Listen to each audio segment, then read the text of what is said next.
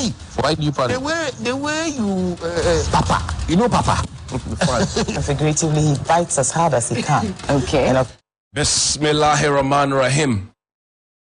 Alhamdulillah Rabbil Alameen. Hasbunallah wa ni'mal wakil.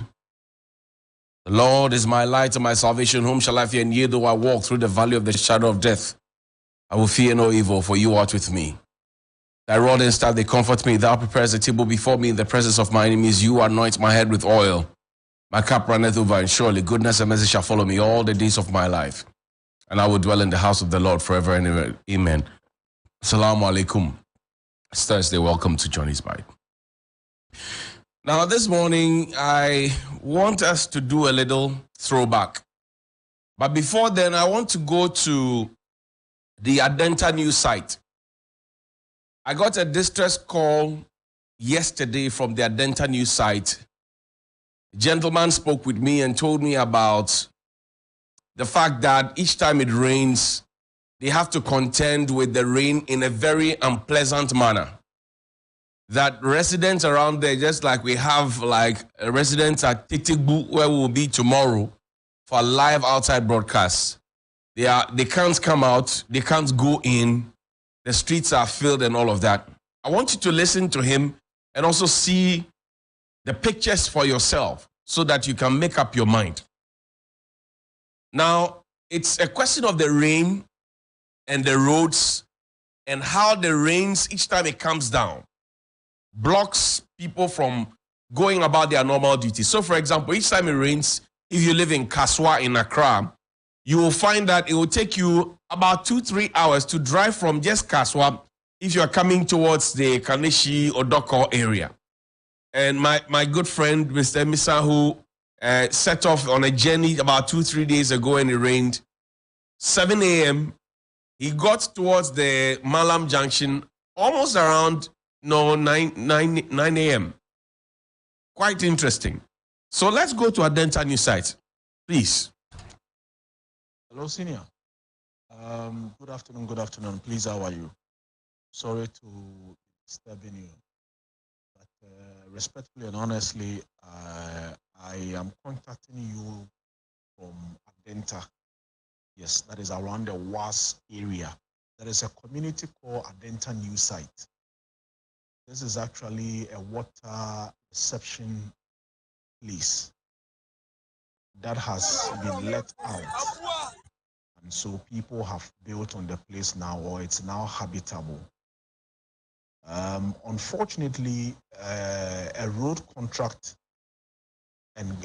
gutter contract was given in 2019, around September.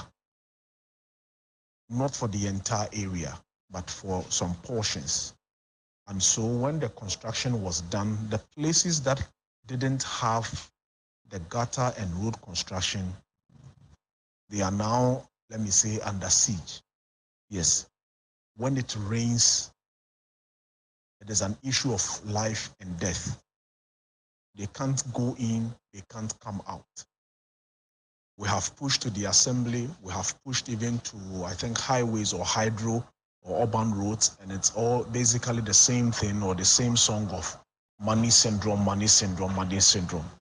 So yesterday when it rained, I took the opportunity when the water or the rain level had come down to walk around and see.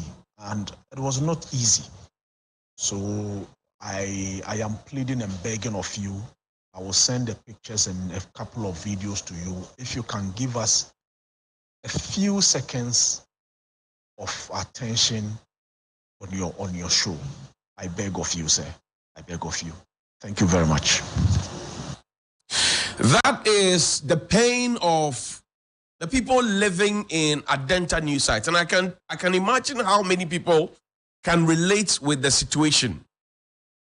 So this is Adenta news. And I'll just put the images on. Let me quickly appeal to the MC there. They said they have come to you, sir. They have written.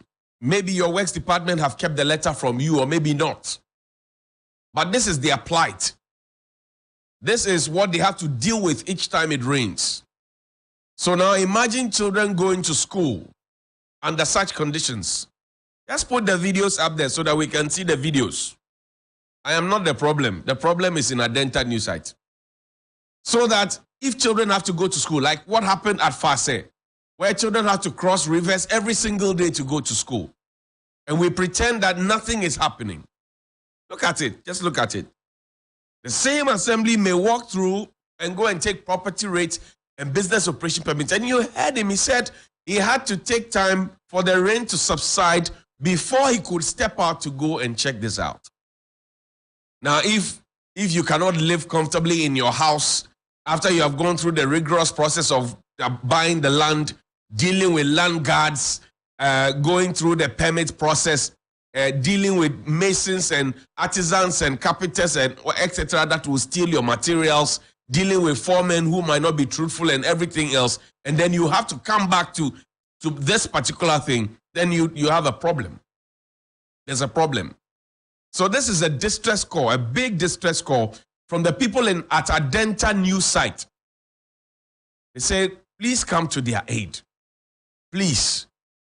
Somebody should go to their aid. Somebody from roads, somebody from the assembly, somebody from the ministry. Don't treat them like you're treating the people in Keta, in Anoga, and all those places where you have abandoned them. Don't treat them like that. Yesterday, I saw a video from the Volta region, the Komla Dumor Road, the whole Komla Dumor Road. It's flooded with electric poles right in there where the floods are, and you can see that the water is just flowing, and it's increasing. The power of that water, it's increasing, the gush. It's increasing.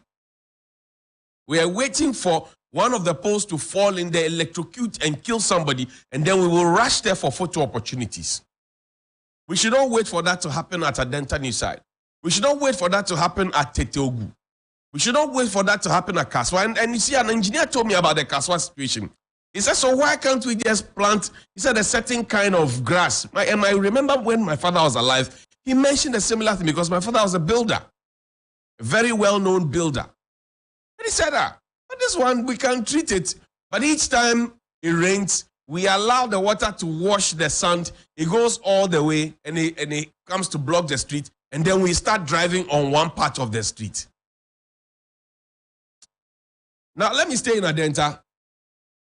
I'm told that at the West Africa Secondary School, the headmistress, Dr. Shinofori, who was suspended by the Ghana Education Service for deciding to engage the PTA, which had been abandoned, or which had been abolished, because the PTA had been abolished, right?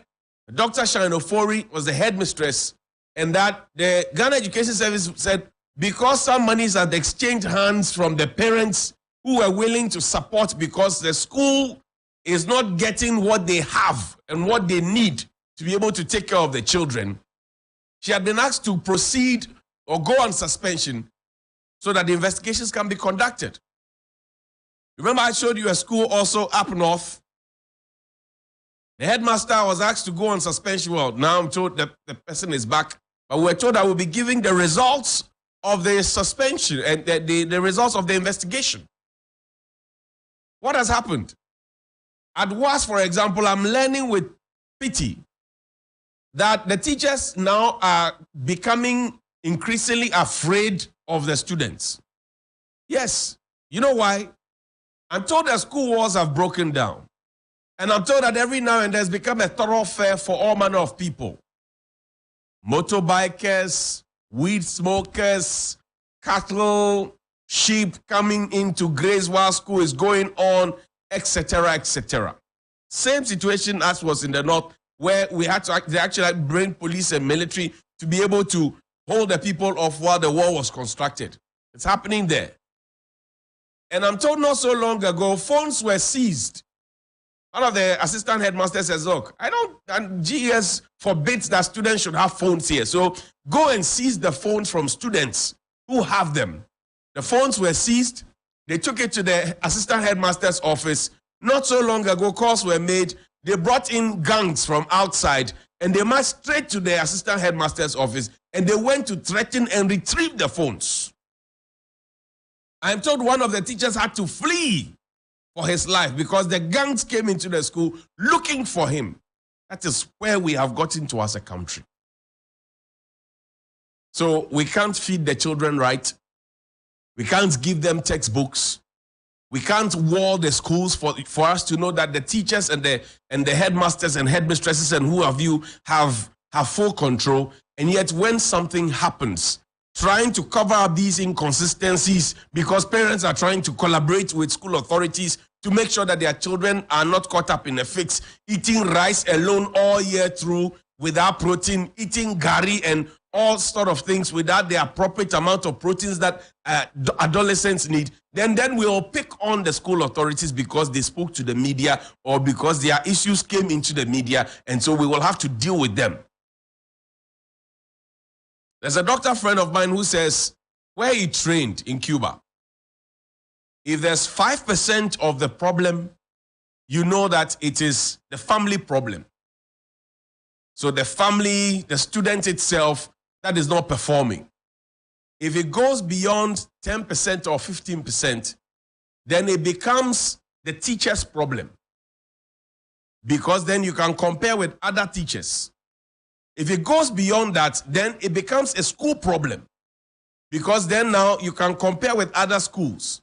But if it goes beyond a 30% that we saw in the licensure exam, the failure, the mass failure in the licensure exam, then it has to be from the education authorities. The education authorities, including the minister, deputy, whatever. But today is Thursday. So WAS issue has to be dealt with as well. West Africa Secondary School. But today is Thursday. Do you remember the Asin North by-elections? 2 persons were arrested. 2 persons. 2 persons were arrested at Asin North. One impersonating a police, one impersonating the military. The question I asked this morning is, what has happened to them? Show the video. Show them. 2 persons were arrested. One impersonating the police and one impersonating the military. They were arrested. The entire community was following them. I say not. It was a by-election, a very crucial one. One of the issues that has found presence in the secretly recorded Bugri Nabu tape involving COP Alex Mensah, Superintendent Asari, Superintendent Jebi, which were pointing fingers at the Inspector General of Police because he had taken 800 policemen to Asin North. He didn't allow the hoodlums to have a field day. He was picking them up. And he sent about 9 or so COPs to the place. And some people were not happy. They said they felt intimidated. These people were arrested there. Fake police, fake military. I ask a question. What has happened to them? We are throwing back. Now you remember that we also had a by-election in the Ashanti region where an EC officer is said to have forced agents to sign even before the election ended. What has happened? You also remember at that same place, an EC officer decided for an old woman who already had made up her mind who she wanted to vote for.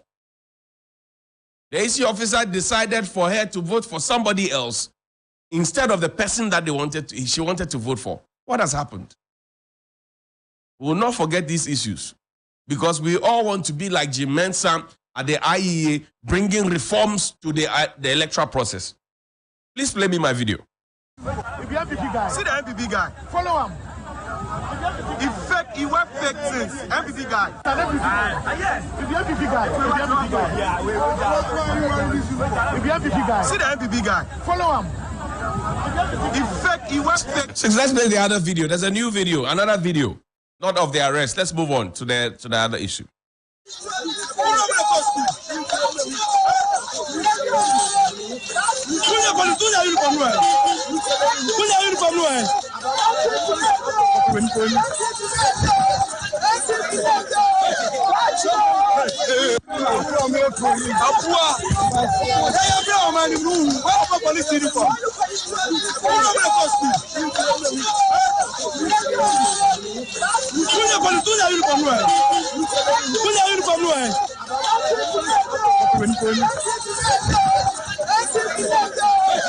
So the police did a fantastic job, we're told, at Asin North. My only point of disagreement with IGP Dampari is that he has decided to centralize communication at the police headquarters. So this morning, a police spokesperson at Asankregua, what will he be doing?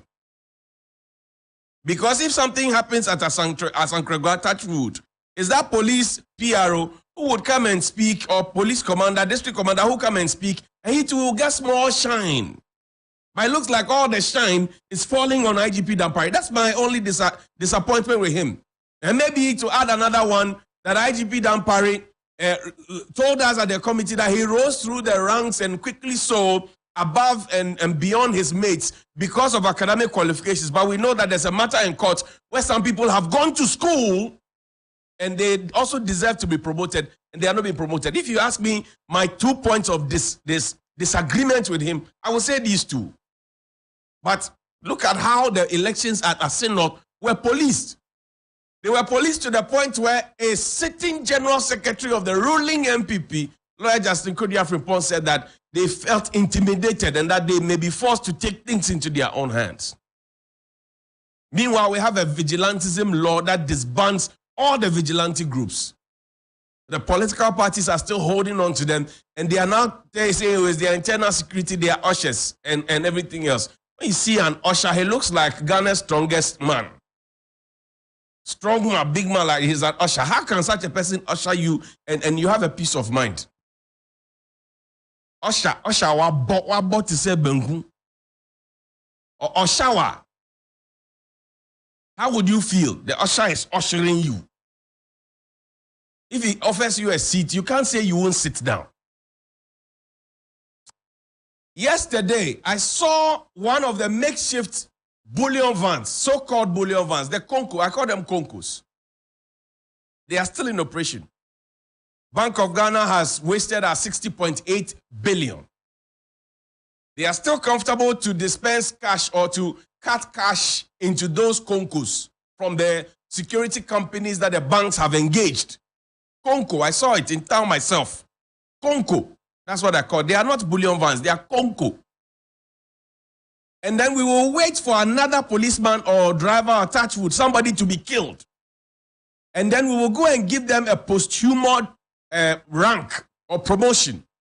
And then we will come and make speeches and make promises. And then we will come back to using these same Concos.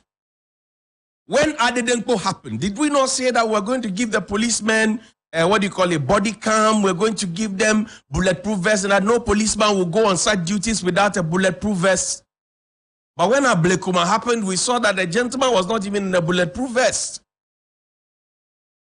And we spoke about the fact that the Bank of Ghana told us that all these Concos should immediately be stopped. We should stop using these Concos.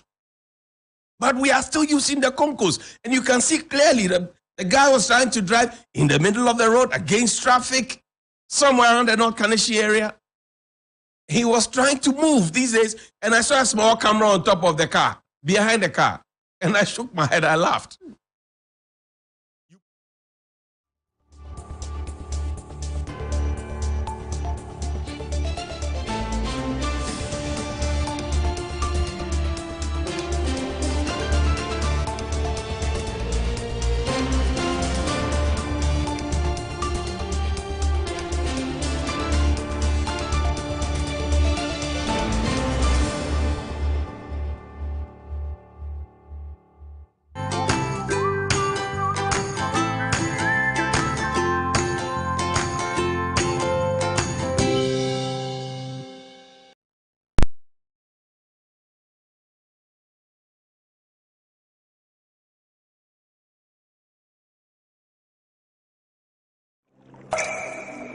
Water is life. Water gives life. Water moves through nature in a never-ending cycle. Observe the beauty of water as it flows all around us, refreshing and restoring. Gaze in wonder at the stillness and beauty of nature. There's harmony in nature everywhere around. Water revitalizes the body and keeps you going strong. Water is life. Water gives life. Drink Awake Purified Drinking Water.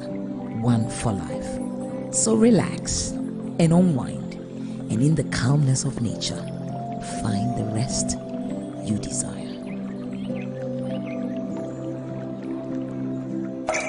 For every bottle of Awake you buy, an amount to be donated to the National Cardiothoracic Center. This advert is said here. Ladies and gentlemen, we're going to demonstrate to you the superior properties of Flamingo paint as compared to other paint brands on the market.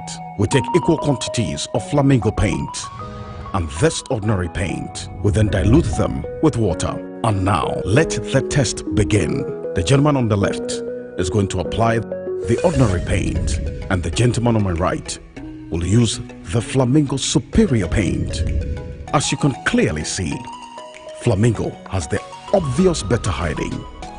Furthermore, Flamingo has painted a much larger area. You know, one bucket of Flamingo paint is equal to several buckets of any other paint brand on the market. Flamingo paint is made with superior formulation to give superior durability, superior hiding, superior coverage. Flamingo paint, simply superior. Rasta. Rasta, Rasta. What does Rasta really mean to the people? In today's episode of Rasta Vibration, this is what we're looking at. Rasta, what does it mean to you? To me, Rasta means real. Rasta to me means artistic. Rasta to me means study. Rasta to me means trailblazing. That's what people like you and I do every day. What? Where you there? I do. Listen, Rasta, I have a bone to pick with you. Some of the things that you say on air, though, are morally, ethically, and